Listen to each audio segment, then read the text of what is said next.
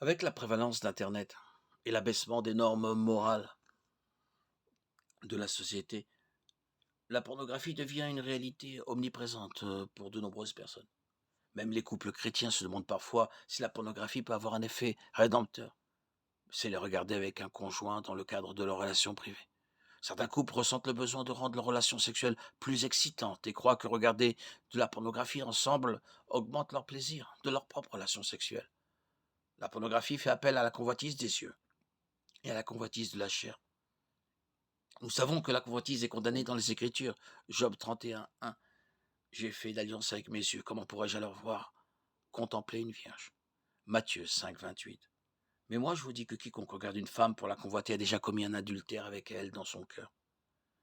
Mais si la relation sexuelle se limite à un mari et une femme, regarder de la pornographie avec un conjoint est-il mal? Oui.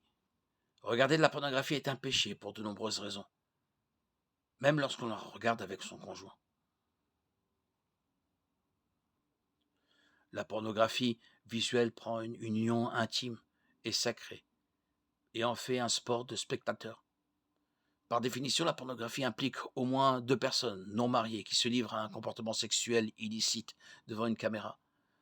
Dieu a conçu cette intimité pour un mari et une femme seulement. Matthieu 19, 5, Éphésiens 5, 31.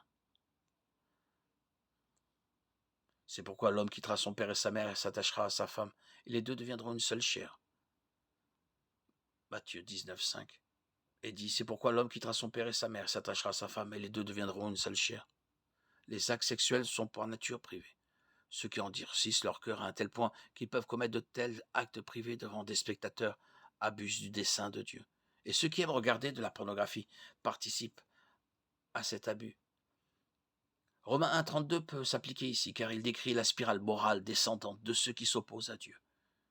Bien qu'ils connaissent le jugement de Dieu, déclarant dignes de mort ceux qui commettent de telles choses, non seulement ils les font, mais ils approuvent ceux qui les font.